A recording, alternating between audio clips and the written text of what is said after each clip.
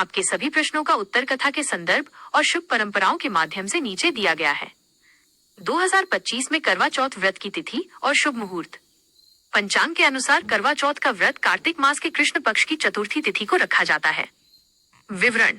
समय 10 अक्टूबर 2025 के लिए। व्रत की तिथि शुक्रवार 10 अक्टूबर 2025। पूजा का शुभ मुहूर्त शाम 5:57 बजे से शाम 7:11 बजे तक। चंद्रोदय का अनुमानित समय रात 8:13 बजे। शहरों के अनुसार इसमें अंतर हो सकता है। कथा के माध्यम से व्रत की पूरी जानकारी। करवा चौथ का व्रत साहूकार की बेटी वीरवती की कहानी से जुड़ा है, जो बताती है कि व्रत में नियमों का पालन कितना जरूरी है। 1. वीरवती की कथा और व्रत का महत्व। वीरवती ने अपने पति की लंबी उम्र के लिए करवा चौथ का निर्जला बिना पानी व्रत रखा था। भूख सहन न कर पाने के कारण उसके भाइयों ने झूठे चंद्रमा की रोशनी दिखाकर छल से उसका व्रत तोड़वा दिया। व्रत भंग होते ही वीरवती के पति की मृत्यु हो गई।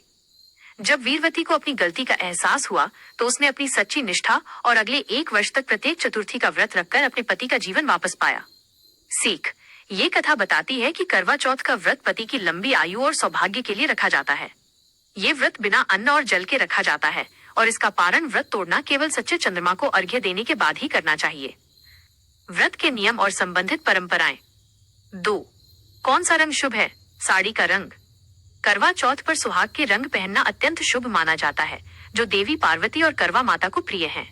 ये रंग अखंड सौभाग्य का प्रतीक होते हैं। शुभ रंग। महत्व। लाल रेड प्रेम, ऊर्जा, सौभाग्य और शक्ति का प्रतीक। ये सबसे शुभ रंग माना जाता है।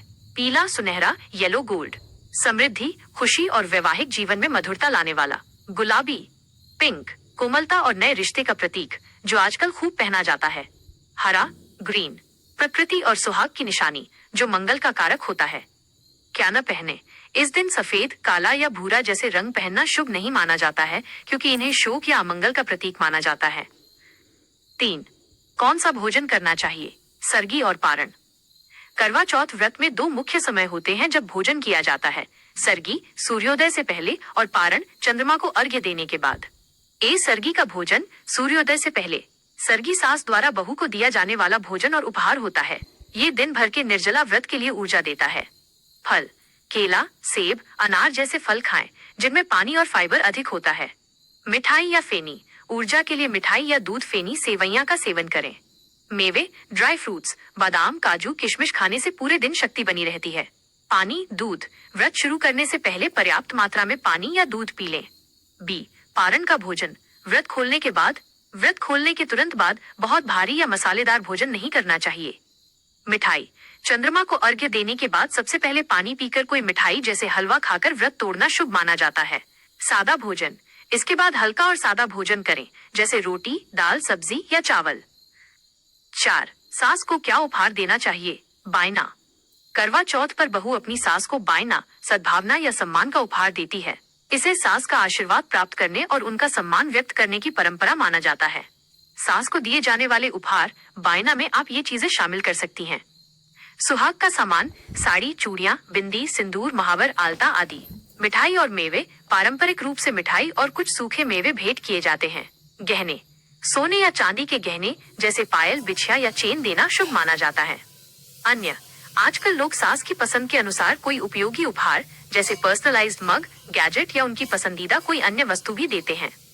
ये परंपरा बताती है कि ये पर्व केवल पति पत्नी के रिश्ते को ही नहीं, बल्कि बहू और सास के रिश्ते को भी मजबूत करता है। के माध्यम से व्रत की पूरी जानकारी और महत्व मिलता है। यहाँ साहूकार की बेटी वीरवती की कथा दी गई है, जो करवा चौथ के नियमों और उससे होने वाले परिणामों को विस्तार से बताती है। साहूकार की बेटी वीरवती की करवा चौथ कथा। बहुत समय पहले की बात है। एक नगर में वेद शर्मा नामक एक साहूकार था, जिसके 7 बेटे और एक बेटी थी, जिसका नाम वीरवती था। वीरवती अपने माता पिता और भाइयों की बहुत लाडली थी।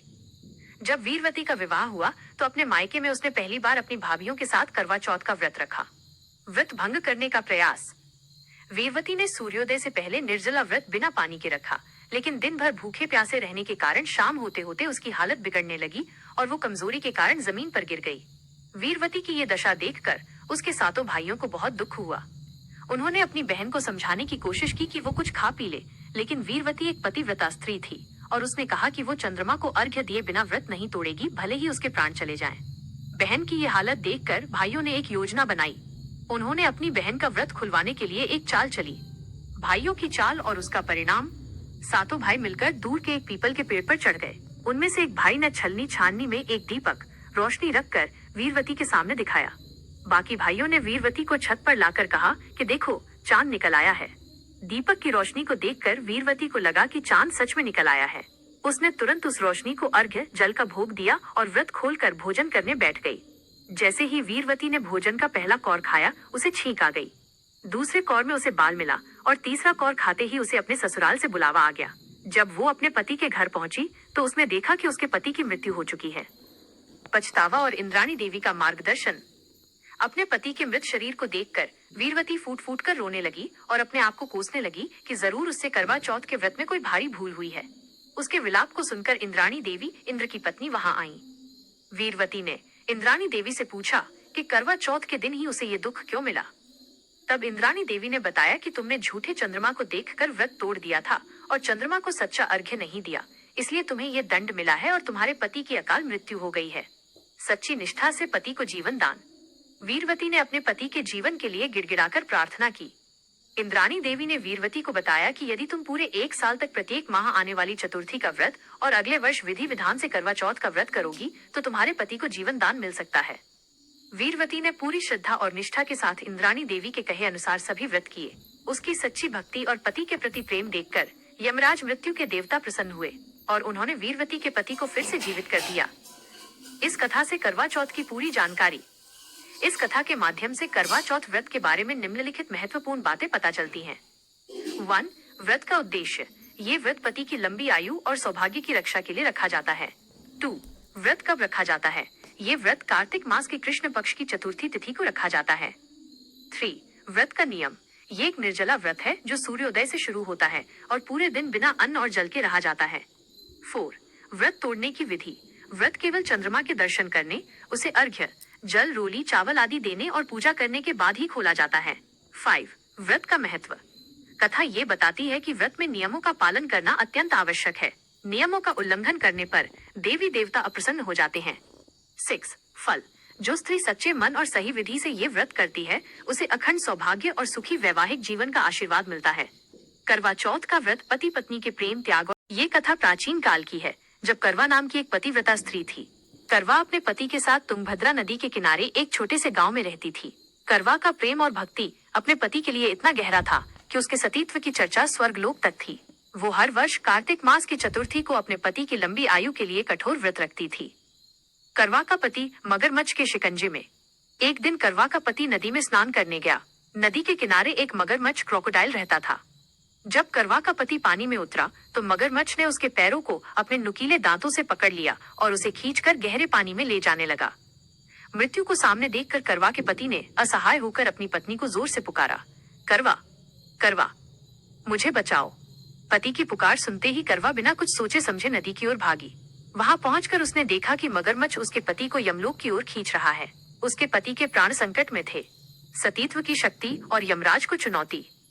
करवा एक पल के लिए भी नहीं घबराई। उसके मन में अपने पति के प्रति अगाध प्रेम और अपने सतीत्व की शक्ति थी। उसने तुरंत वहीं पड़े कच्चे सूत के धागे को उठाया और मगरमच्छ को मंत्रों के साथ बांध दिया। करवा के सतीत्व की शक्ति के कारण मगरमच्छ कच्चे धागे से इस तरह बंध गया कि वो टस से मस नहीं हो सका। मगरमच्छ और उसका पति दोनों पानी में बीच में ही अटक गए और उनके प्राण संकट में पड़ गए। इसके बाद करवा ने सीधे मृत्यु के देवता यमराज को पुकारा और कहा, हे यमराज, मेरे पति के प्राण संकट में हैं। इस मगरमच्छ ने मेरे पति को अकारण पकड़ा है। आप इस मगरमच्छ को तुरंत यमपुरी नरक भेज दे और मेरे पति को जीवन दान दे। करवा की पुकार पर यमराज का आगमन। करवा की तेज पुकार सुनकर यमराज को सशरीर वहां आना पड़ा। यमराज ने करवा से कहा, हे देवी करवा, मगरमच्छ की आयु अभी शेष है, मैं उसे अभी यमपुरी नहीं भेज सकता। यमराज की ये बात सुनकर करवा क्रोधित हो गई। उन्होंने कहा, यदि आप मेरे पति को बचाने में मेरी सहायता नहीं करेंगे तो मैं आपको श्राप दूंगी और मेरे सतीत्व की शक्ति से आपको नष्ट कर दूंगी। करवा का क्रोध और उसका प्रबल पतिव्रता धर्म देखकर यमराज भी डर गए। वे जानते थे कि एक सच्ची सती के श्राप में इतनी शक्ति होती है कि वो त्रिलोक को हिला सकती है। मगर को यमपुरी और पति को दीर्घायु।